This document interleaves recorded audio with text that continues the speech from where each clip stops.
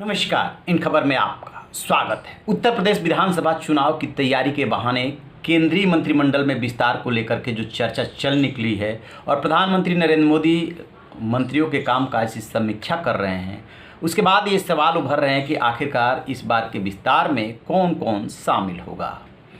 तो आपको बता दें कि इसमें कहीं कोई दो राय नहीं कि अगले साल के शुरुआत में जिन 5 राज्यों में चुनाव है, पंजाब, उत्तर प्रदेश, उत्तराखंड, गोवा और मणिपुर, उसमें सबसे ज़्यादा तरजीह उत्तर प्रदेश को दिया जाएगा। वजह यह है कि उत्तर प्रदेश से ही होकर के दिल्ली का रास्ता जाता है। 2022 में यूपी विधानसभा का चुनाव है और 2024 में लोकसभा का चुनाव।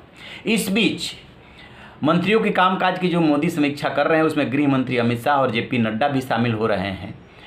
किन किन मंत्रियों को बाहर किया जाएगा और किन को अंदर लिया जाएगा, इस पे भी बात करेंगे। लेकिन उससे पहले बात घटक दलों की। हाल के दिनों में आपने देखा होगा कि एक एक करके पुराने सहयोगी बीजेपी को छोड़ गए हैं, जिसमें शिवसेना और अकाली दल मुख्य रूप से शामिल है। अब ऐसे में सवाल उठता है कि घटक दल है कौन एनडीए में जो कैबिनेट में और मंत्रिपरिषद में शामिल हो। तो आरपीआई के रामदास अठावले को छोड़ दीजिए तो कोई आपको चेहरा दिखाई नहीं देगा। अकाली दल की हरसिमरत कौर पहले ही निकल गई थी, शिवसेना पहले ही निकल गया था। तो इस वक्त जो मोदी सरकार की स्थिति है वो पहले से कमज़ोर हुए हैं मोदी, और उनको एक के बाद एक राज्यों में इमेज को काफ़ी डेंट लगा है। आरएसएस की चिंता का सबसे बड़ा कारण यही है कि जो उनका मोदी ब्रांड है वो कमज़ोर हो रहा है, लिहाजा उसको राज्यों के चुनाव में चेहरा बनाने की ज़रूरत नहीं है। सामूहिक नेतृत्व राज्यों में लड़े, जैसे कि योगी से कहा गया है कि आप ही के नेतृत्व में चुनाव होगा और वहाँ जो 3-4 बड़े नेता हैं वो सामने रखे जाएंगे। तो फिर किसको किसको मंत्रिमंडल में शामिल किया जाएगा, सबसे ज़्यादा किस पे नज़र है? आप जेडीयू को ले लीजिए। जेडीयू क्यों नहीं मंत्रिमंडल में शामिल हुई थी? क्योंकि वो 2 कैबिनेट की सीट मांग रही थी।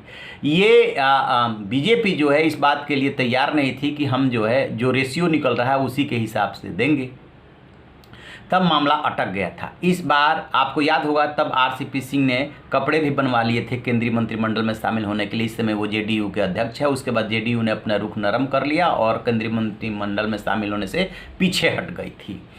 तो आरसीपी सिंह या जेडीयू से कोई और, क्योंकि आरसीपी सिंह तो अब जेडीयू के अध्यक्ष भी हैं और जेडीयू पर जोर रहेगा पीएम मोदी का। लेकिन वहीं पर बैलेंस बनाने में दिक्कत आ रही है कि रामविलास पासवान के निधन से पहले रामविलास पासवान केंद्रीय कैबिनेट मंत्री थे और कैबिनेट में उनका अच्छा ओहदा था, कई मंत्रालय उनके पास थे।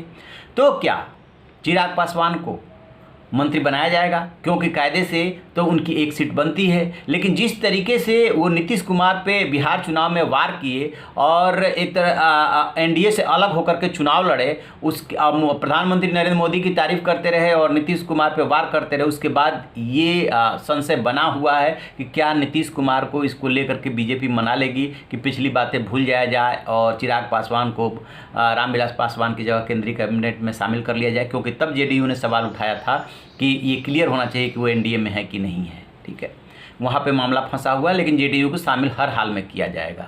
चिराग पासवान भी एक चेहरा है।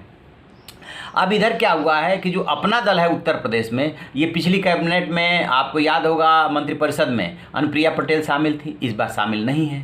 तो वो अभी हाल में अमित शाह से मिली थी, अनुप्रिया पटेल को शामिल करने की बात है और उनके पति जो आशीष पटेल है उनको यूपी कैबिनेट में लेने की बात है। तो अनुप्रिया पटेल भी एक चेहरा है। तो इसी तरीके से और दलों को भी जोड़ने की बात हो रही है कि यदि घटक दल ज़्यादा नहीं जुड़ेंगे तो बीजेपी अकेले रह जाएगी। राजनीति में होता क्या है कि जब तक आप मजबूत होते हैं तब तक तो आपसे जुड़े रहने के लिए लोग आते हैं, लेकिन जैसे ही आप कमज़ोर होने लगते हैं फिर आपके साथ कोई सवार होना नहीं चाहता है। तो अभी बीजेपी के पास मौका है और उसी कोशिश में लगे हुए हैं। अब बात बीजेपी के अंदर की, मंत्रियों के कामकाज की समीक्षा हो रही है। काफ़ी मंत्रियों के कामकाज की समीक्षा हो गई है। समूह में मंत्रियों के कामकाज की समीक्षा हो रही है। मंत्रियों को बुलाया जा रहा है, कुछ मंत्री प्रेजेंटेशन भी दे रहे हैं। कल की मंत्रियों की समीक्षा हुई, आज किनकी होनी है सुनिए इस पे एक रिपोर्ट। खबरों के मुताबिक प्रधानमंत्री नरेंद्र मोदी अब तक 3 समूहों के कामकाज की समीक्षा कर चुके हैं। पहले दिन रामेश्वर तेली, बीके सिंह समेत अन्य मंत्रियों द्वारा किए गए काम की जानकारी ली। ये बैठकें 5 घंटे से अधिक चली और कई मंत्रियों ने अपने मंत्रालय के प्रेजेंटेशन भी पेश किए। पीएम ने कृषि, ग्रामीण विकास, पशुपालन एवं मत्स्य पालन, आदिवासी मामले, शहरी विकास, संस्कृति, सांख्यिकी एवं कार्यक्रम क्रियान्वयन, नागरिक उड्डयन, रेलवे, भोजन और उपभोक्ता मामले, जल शक्ति, पेट्रोलियम, स्टील और पर्यावरण मंत्रालयों के मंत्रियों को बैठक के लिए बुलाया। समीक्षा बैठक का ये दौर अभी कई दिनों तक चलेगा। आज यानी शनिवार को जिन मंत्रियों के कामकाज की समीक्षा होनी है उसमें मुख्तार अब्बास नकवी, धर्मेंद्र प्रधान, हरदीप पुरी, महेंद्र नाथ पांडे, गजेंद्र सिंह शेखावत और उनके मंत्रालयों के अधिकारियों को बुलाया गया है। तो जैसा कि आपने सुना, अब इसमें यूपी को तरजीह दी जानी, जिन 5 राज्यों में चुनाव है सबको तरजीह दिया जाना है, लेकिन उसमें यूपी सबसे प्रमुख है। कुछ मंत्रियों को ड्रॉप भी किया जाएगा उनके परफॉर्मेंस के आधार पे, और तर्क ये दिया जाएगा कि आपकी इस समय संगठन में ज़रूरत है। अब नए मंत्रियों में और सीटें कितनी हैं? सीटें मोदी सरकार में बहुत ज़्यादा है, 79 मंत्री हो सकते हैं, और इस समय जो स्ट्रेंथ है एक्चुअल वो 54 के आसपास है। तो आप लगाइए कितने मंत्री बन सकते हैं। तो प्रधानमंत्री नरेंद्र मोदी के काम करने का अपना एक अंदाज है, वो समीक्षा कर रहे हैं। जैसे ही समीक्षा कंप्लीट हो जाएगी उसके बाद जुड़ेंगे, लेकिन एक बात तय मानिएगा, घटक दलों पे जोर रहेगा। मोदी जी कहीं से ये संदेश नहीं देना चाहते हैं कि घटक दलों की कोई इज्जत नहीं है या पूछ नहीं है या भाव नहीं दिया जा रहा है।